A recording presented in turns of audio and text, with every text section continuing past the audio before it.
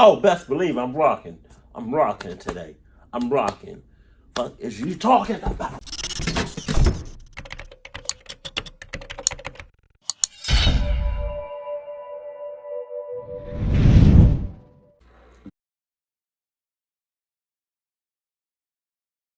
The title of this video is My Crazy Stalker Became My Roommate's Boyfriend. I just reacted to a stalker video. Yo, I swear, like these fucking stalkers. If you're a stalker, fuck you. Sup? It was the summer after graduation, and Jennifer was up late packing for a camping trip with her friends. She had the window open as she... Bitch. Oh. Ha ha ha. Ha ha ha.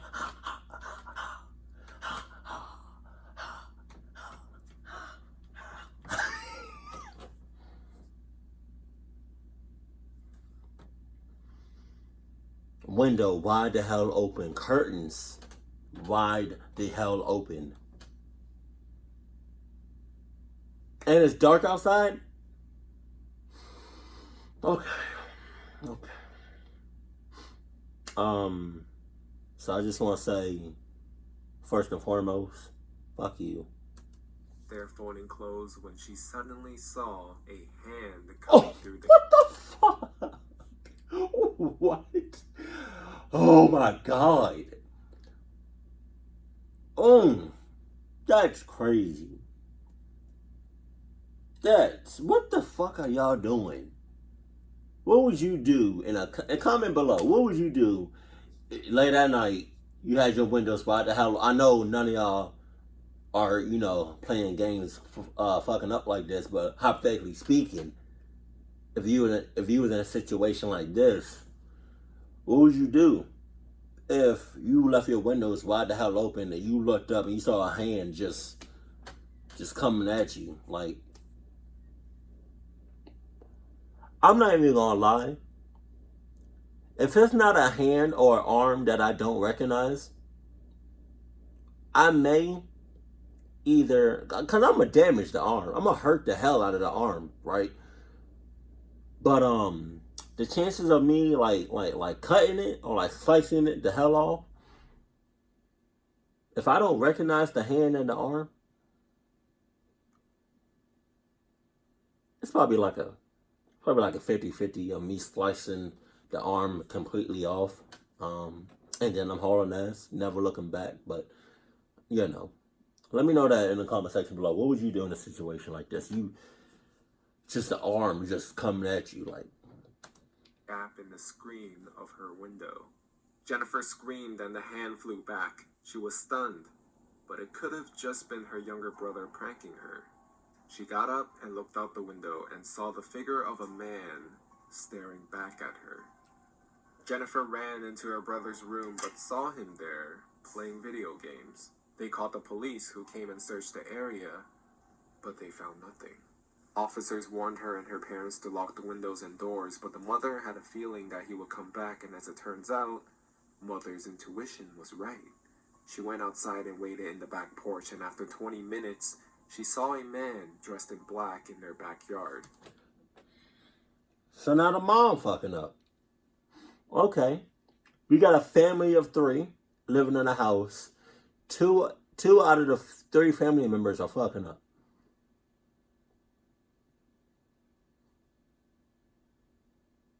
Mom, you just, yeah. So I just want to let you know that you chose to stay out here. So I'm going to let you stay out here.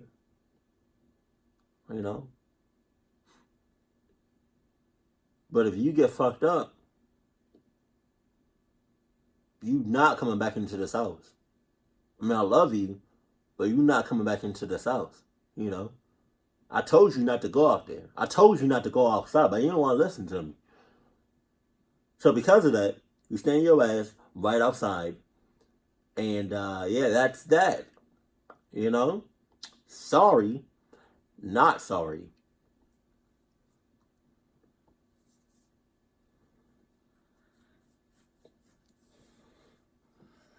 not my fault. Your dumbass wanna stay outside with a sus ass dude else. Nah, nope.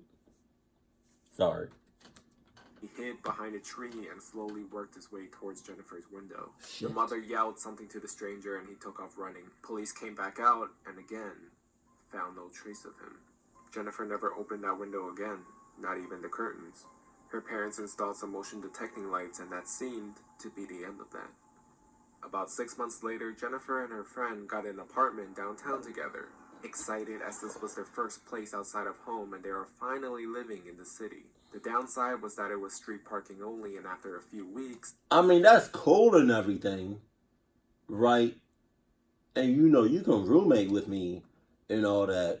But all I'm saying is, I heard what happened back home, and before you start living with me and whatnot, I'm gonna need you to keep all that bullshit and all your playing games in the past. Because now you're living with me. Okay? I don't mess with no bullshit. I don't play no games. And if something happens, some fucked up shit happens, be prepared for me to haul an ass. Be prepared for me to be 6 miles out in 6 seconds. Just saying.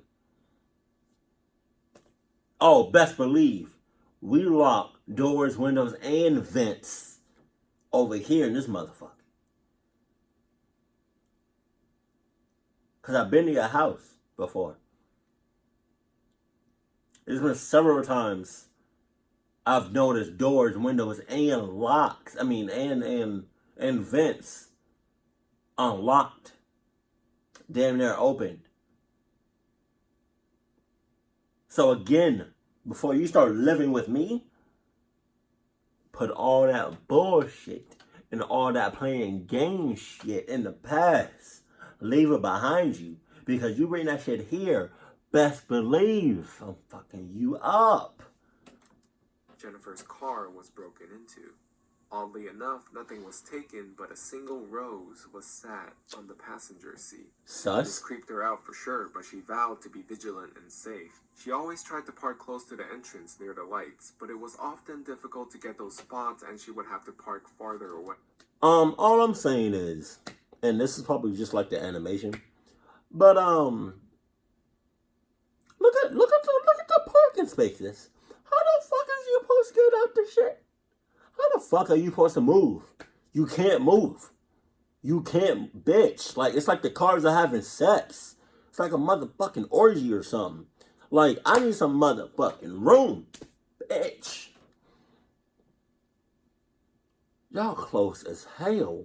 Damn near having sex on her. Things quickly began escalating at this point. Jennifer's car was broken into at least once a week. Most of the time, a flower was left. But once a pair of men's underwear was there instead. Ew. And even more strangely, a bag of Tootsie Rolls. Weird because it was her favorite candy. This made Jennifer wonder if the person knew her personally, and she started to become suspicious of everyone. There was a laundry machine in the basement of the apartment, and one day, Jennifer went down to get a load that finished drying. As she started to fold, she realized that all her bras and panties were gone. By the time the first letter arrived, she had already started making plans to move elsewhere. The letter described a love for her that had been going on for years. He noted things that proved he had been watching Jennifer closely. Not long after, Jennifer was able to arrange for another friend to take over her lease, and she moved in with a new friend on the other side of the city. It was a secured building and had an underground parking garage that was only accessible to tenants. She felt more secure, and the extra money spent was well worth the peace of mind. Things were quiet for a few months, and then her roommate got a boyfriend. There was something odd about Ashley's new boyfriend, and her friends were wary of him from the very beginning. For one, he reached out to her. Another reason was that Matt was very good looking, and while Ashley was a wonderful person, she wasn't the type you would typically expect someone like him to date. Ashley was thrilled. She never had a boyfriend and really felt like he was her Prince Charming. Jennifer, however, thought he was weird and creepy the moment they met. She had deleted her Facebook account when the initial stalking began, but created a dummy account to learn more about Matt. It didn't look like he really knew any of his friends in real life. There were only pictures of himself, and the rest of the information was vague. Jennifer and her friends gently tried to discourage Ashley from seeing Matt. He technically hadn't done anything wrong, but he was just so strange. She would immediately get defensive and would shut the conversation down. Matt started to spend more time at the apartment, and Jennifer found herself finding any excuse to avoid coming home. One day she came back home from work and found Matt on the couch, alone, drinking a beer. Ashley had been called into work and she told her that he could just hang out. Jennifer had no desire to spend any time with him, so she grabbed the beer and a snack and headed off to her room and shut the door. About 30 minutes or so, he knocked on Jennifer's door and suggested they watch some TV and get to... Bitch, no. Get that dirty ass, sus ass, weird ass hand away from me. You got 2 seconds. 1, 2. Bitch, your shits are mine. They're off. Cut all 10 of your joints off. Or you can just slam the door right in his fucking face. Each other better because they both loved Ashley. Not wanting to engage in conversation, Jennifer focused on the movie. But at one point, she glanced over to Matt, and he was staring at her with a smile on his face. Jennifer snapped at him and said, "What?" as he just continued to smile and...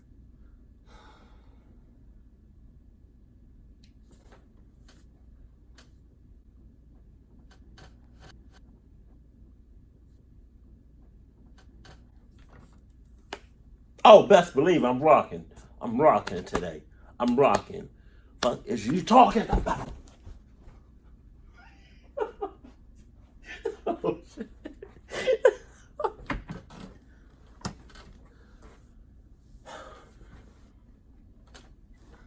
By show of comments, how many of y'all have ever ran into a creepy dude, or creepy woman, or just a creepy person in general?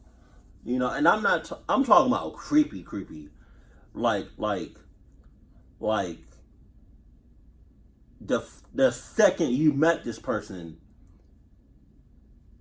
he or she was already creepy. Like they didn't start off normal and then, you know, got creepy later on. I'm talking about the second you meet this motherfucker, he or she is creepy off butts. I've met a couple of people like that. That when I first meet them, they're creepy as hell.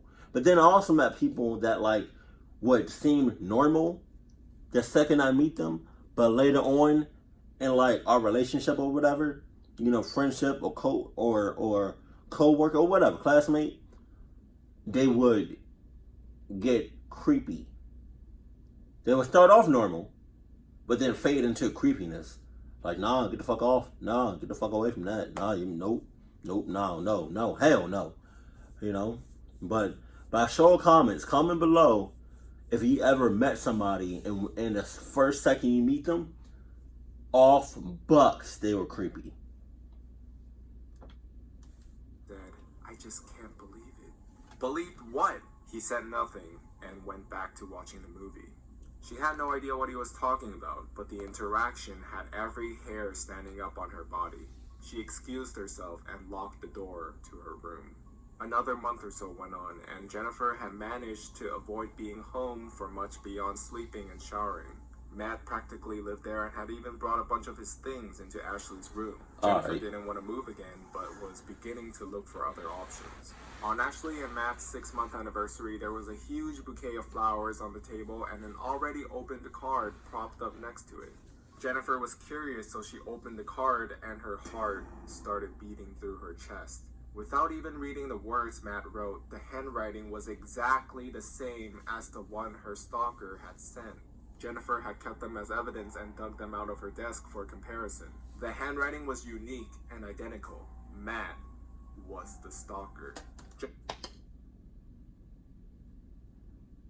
That's something that you couldn't bring up the second, you met him again? That's something you couldn't bring up the moment you met him, but him as your friend's boyfriend?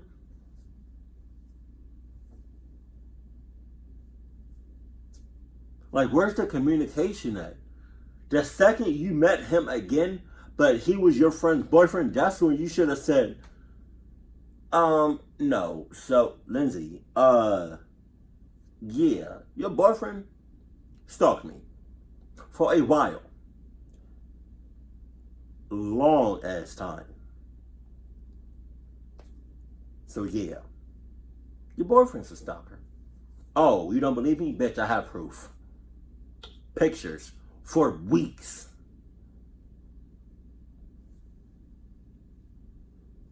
Fucking his sus ass. Jennifer called the police, and as they were on their way, she called Ashley and asked her to come over, terrified to tell her the truth because she knew that her heart would be shattered. The police took a statement from Jennifer and went to Ashley's work to get more information from her, and ended up breaking the news. Apparently, Ashley called Matt after and left a furious message even though the cops told her not to say anything, and he completely disappeared after that. There was no Matt or anyone matching his resemblance at the place he said he worked. Ashley had never been to his apartment because he said he would be staying with his friends while trying to save money for a trip to Europe. His family lived out of state, and she said that she had never met a friend of his because he said they had a falling out because he was choosing to spend so much time with her. It was, or his friends were falling out because he's a stalker and he's sus. I don't really know too many stalkers and or sus people that have too many friends. Granted, even one friend.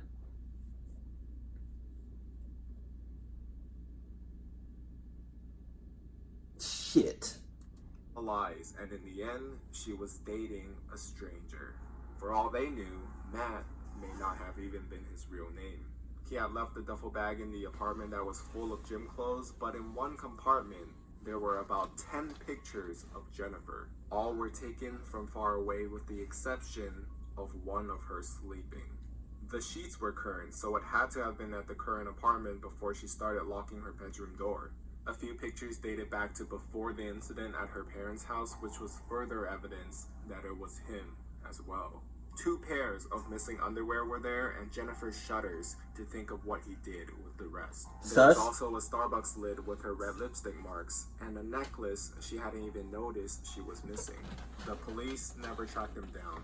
Jennifer accepted an opportunity overseas and got out of there. But ever since then, Jennifer deleted all her social media accounts. She became very low profile, looks over her shoulder wherever she goes, as part of her continues to worry if Matt will ever resurface again. Yeah, I'm starting to think Matt wasn't even his real name. I'm starting to think that Matt was probably like his real name was probably like Adam, or like Craig, or like Bob, or was it Alex, or somebody else from off that list. I can't really think right now.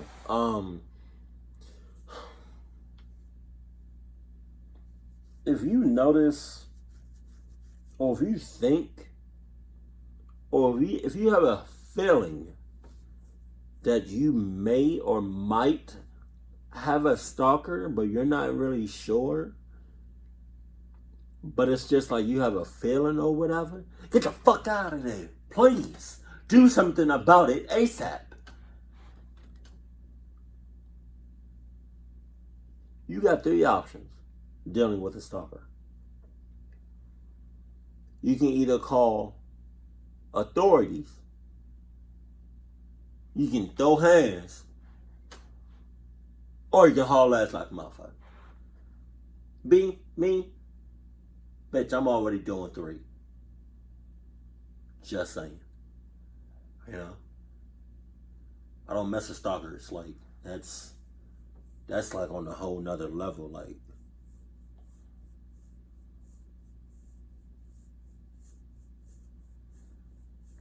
I, that's a shit, man.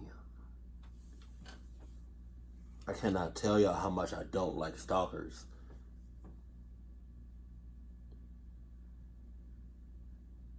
Like if we're in a relationship and I find out in a relationship, like a couple of weeks into the relationship or a couple of months or even a couple of years into a relationship and I find out or slowly start to find out, my throat is really dry for some reason.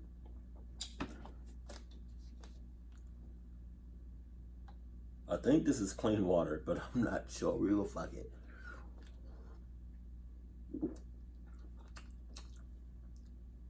Tastes like clean water. Shit. But yeah, if I find out that a couple of weeks into a relationship or a couple of months or even a couple of years into a relationship that you're a stalker, bitch, I'm ending everything right then and there. And yeah. Like, I don't mess with stalkers. I don't mess with stalkers. I don't mess with weirdos. I don't mess with sus people. Just saying. You know, I don't even care if, like, we're married or whatever. You know? And we've been married for, like, a certain amount of time. Right?